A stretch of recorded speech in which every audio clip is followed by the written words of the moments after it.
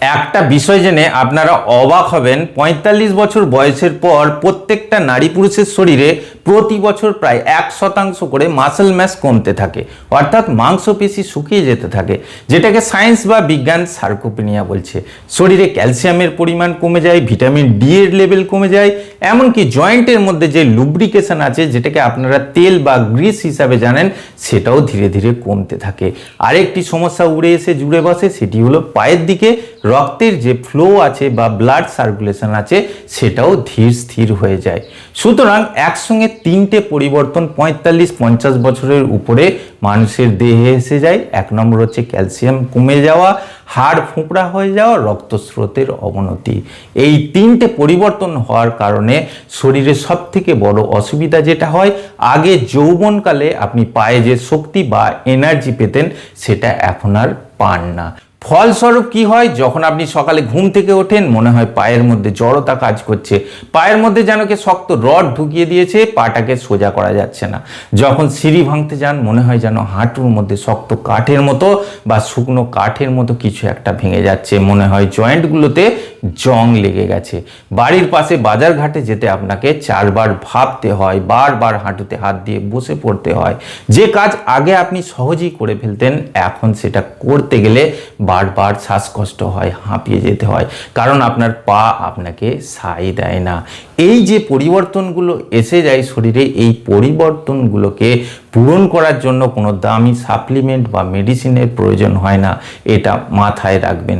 আজকে এই ভিডিওর মধ্যে আপনাদের এমন 5টি খাবারের কথা বলবো, মাত্র 10 থেকে 15 দিন যদি আপনারা নিয়ম করে এই খাবারগুলোকে খেতে পারেন, কোনো রকম ঔষধ ছাড়াই, ব্যথার ট্যাবলেট ছাড়াই, ক্যালসিয়ামের সাপ্লিমেন্ট ছাড়াই, বাড়িতে বসে খুব সহজেই পায়ের তথা যে কোনো জয়েন্টের এই সমস্যাগুলোকে খুব সহজেই দূর করতে পারবেন।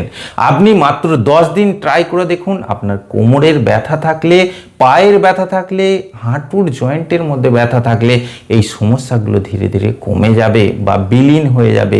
একটা সময় আপনি কোনো রকম মেডিসিন ছাড়াই নিজেকে সক্ষম করে তুলতে পারবেন, যে কোনো জায়গায় হেঁটে দৌড়ে বেড়াতে পারবেন। 1 নম্বরে আপনাদের যে কম্বিনেশনটির কথা বলবো, সেটি হলো মেথি দানা ও আখরোটের কম্বিনেশন। এই মেথি দানা বা ফেনুগ্রিক সিডস এমন এক ধরনের প্রাকৃতিক বরদান, যার মধ্যে বিভিন্ন রকম ন্যাচারাল কম্পাউন্ড থাকে। একটি সমীক্ষা বা গবেষণায় দেখা গেছে যে মেথি দানার মধ্যে লিনোলেইক অ্যাসিড এবং লিনোলেনিক অ্যাসিড বলে দুটি কম্পাউন্ড থাকে, যারা আপনার জয়েন্টের মধ্যে যে স্টিফনেস বা ইনফ্লামেশন আছে, সেটাকে গ্র্যাজুয়ালি ধীরে ধীরে খুব সুন্দরভাবে কমিয়ে দেয়। এই মেথি দানা এমন কাজের, যাদের শরীরে ডায়াবেটিস আছে, এই সমস্যাকেও ধীরে ধীরে কমিয়ে দেয় বা ব্যালেন্স রাখতে সাহায্য করে। কিন্তু এই পায়ের জয়েন্টের ব্যথা বা হাঁটুর ফোলা ব্যথা, পায়ের মাসল কমে যাওয়া বা ঘাড়ে ব্যথা, পিঠে ব্যথা, কোমরে ব্যথা, এই সমস্ত ব্যথার ক্ষেত্রে মেথি দানা এক প্রকার প্রাকৃতিক বা ন্যাচারাল মেডিসিনের মতো কাজ করে, এটা অনেকেই জানেন না। সঙ্গে সঙ্গে আখরোট যে আছে, এর মধ্যে প্রচুর পরিমাণে ওমেগা 3 ফ্যাটি অ্যাসিড আছে এবং প্রোটিন আছে, যেটা আপনার জয়েন্টের মধ্যে যে লুব্রিকেশন আছে বা গ্রিস আছে বা তেল আছে, সেটাকে বাড়াতে সাহায্য করে, এটাকে শুকিয়ে যেতে দেয় না। যখন জয়েন্টের মধ্যে এই লুব্রিকেন্টটা বা তেলটা শুকিয়ে যায়, তখনই কিন্তু দুটো হাড় আপোষে একসঙ্গে ঘষতে থাকে বা জয়েন্টের মধ্যে যে নরম প্যাডটা থাকে, সেটা ক্ষয়ে যায়।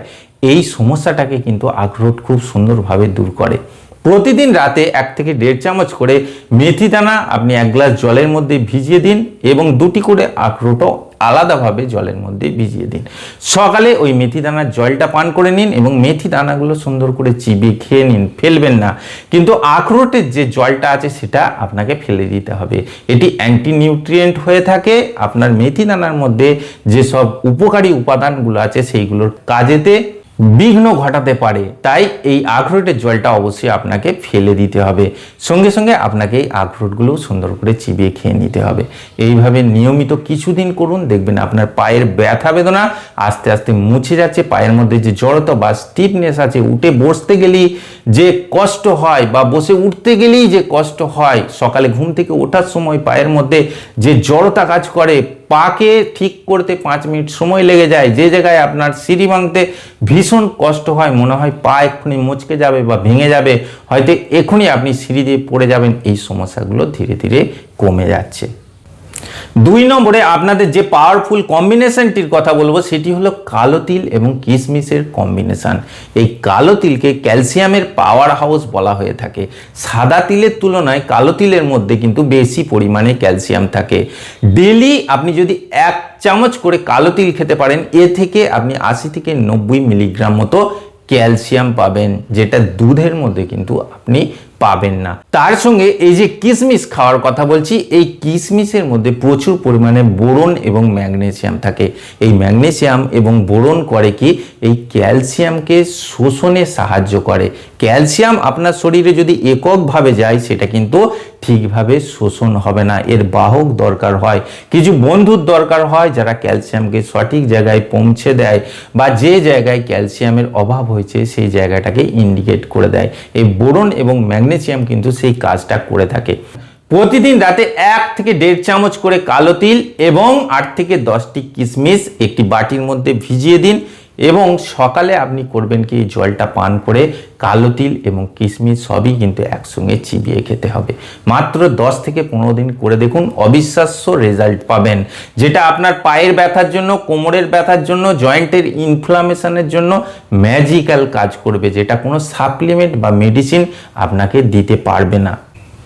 3 নম্বরে আপনাদের যে কম্বিনেশনটির কথা বলবো সেটি যাদের জয়েন্টের মধ্যে স্টিফনেস এসে গেছে, জয়েন্ট ভীষণ টাইট শক্ত হয়ে যায়, জয়েন্ট রিল্যাক্স হয় না, জয়েন্টের মধ্যে ড্রাইনেস এসে গেছে, মনে হয় জয়েন্টের মধ্যে জং লেগে গেছে, সিঁড়ি দিয়ে হাঁটা চলা করলেই আওয়াজ হয়, কটকট করে আওয়াজ হয়, অর্থাৎ ক্র্যাকিং সাউন্ড যাদের জয়েন্টের মধ্যে বা হাঁটুর মধ্যে এসে গেছে, ইনফ্লামেশন হয়, ভীষণ ব্যথা হয়, পা অবশ হয়ে যায়, ক্লান্ত দুর্বল হয়ে যায়, তাদের জন্য এক প্রকার প্রাকৃতিক বরদান।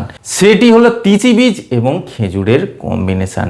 এই তিসি বীজের মধ্যে প্রচুর পরিমাণে ওমেগা 3 ফ্যাটি অ্যাসিড থাকে, যেটা আপনার শরীরে হাঁটু, কোমর বা যে কোনো হাড়ের জয়েন্টের ক্ষেত্রে ন্যাচারাল লুব্রিকেন্ট হিসাবে কাজ করে।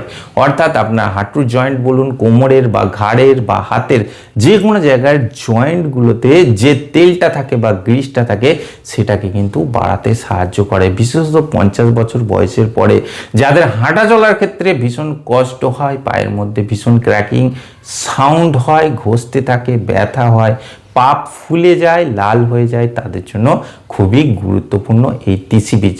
ওমেগা 3 ফ্যাটি অ্যাসিড এমন একটি পাওয়ারফুল ভিটামিন যেটা আপনার পায়ের এই লুব্রিকেশনটাকে ধীরে ধীরে বাড়িয়ে দেয়, পায়ের জয়েন্টকে শুকিয়ে যেতে দেয় না।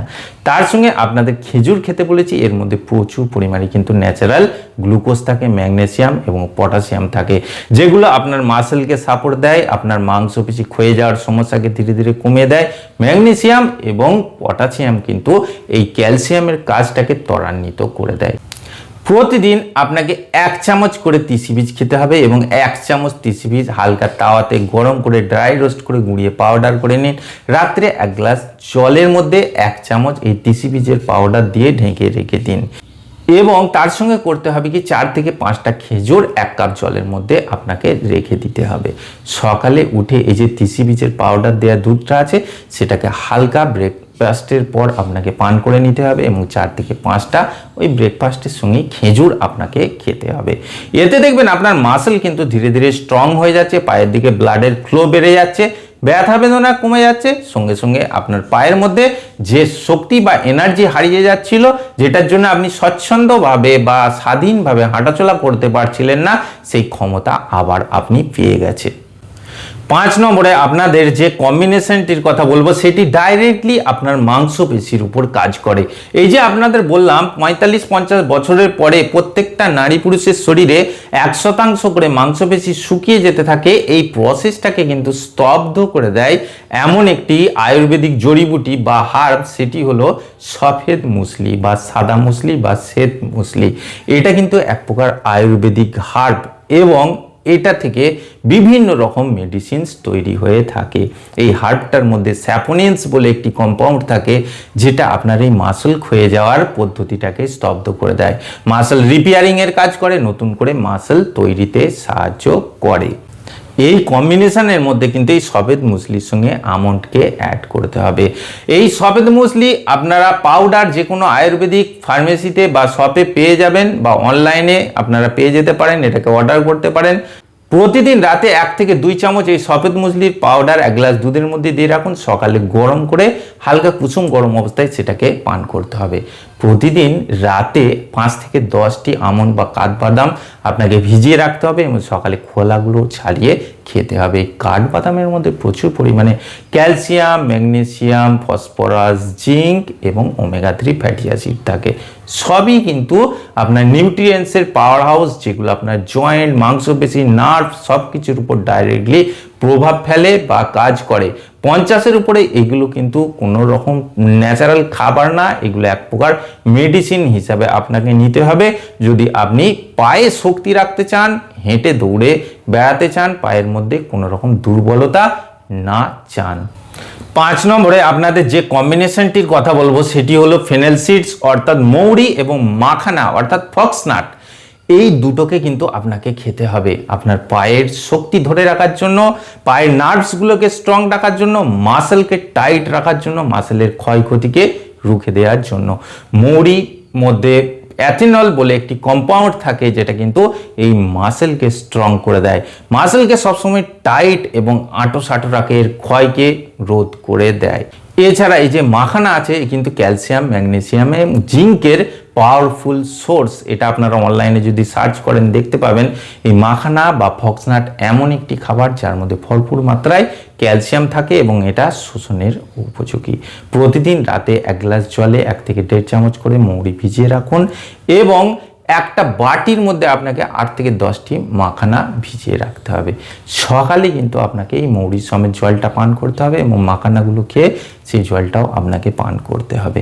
এইভাবে 10 থেকে 15 দিন করুন, দেখবেন আপনি অনেক বেশি উপকারিতা পাবেন। আজকে এই ভিডিওর মধ্যে যে ন্যাচারাল কম্পাউন্ডগুলোর কথা বললাম বা কম্বিনেশনগুলোর কথা বললাম সবই ডাইরেক্ট আপনার জয়েন্ট, মাসেল, মাংসপেশি, নার্ভস এমনকি আপনার সমস্ত রকম শারীরিক সক্ষমতার ক্ষেত্রে উপযোগী।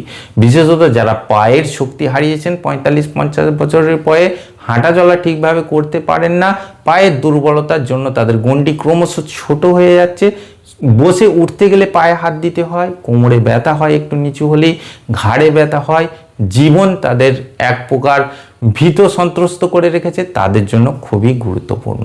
তবে একটা বিষয় মাথায় রাখতে হবে, এইগুলোকে ভালো কাজ করানোর জন্য আপনাকে 3টে প্রসেস কিন্তু প্রতিদিন ফলো করতে হবে।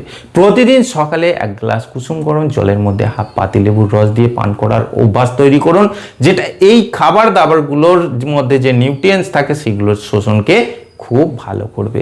প্রতিদিন অন্ততপক্ষে 9টা থেকে 11টার মধ্যে 45 মিনিট রোদের মধ্যে শরীরের অধিকাংশ অংশ খোলা রেখে থাকার চেষ্টা করুন, যেটা ভিটামিন ডি এর শোষণটাকে খুব সুন্দরভাবে আপনার শরীরে বাড়াবে। এটা কিন্তু খুবই গুরুত্বপূর্ণ, ন্যাচারালি আপনি ভিটামিন ডি পেয়ে যাবেন।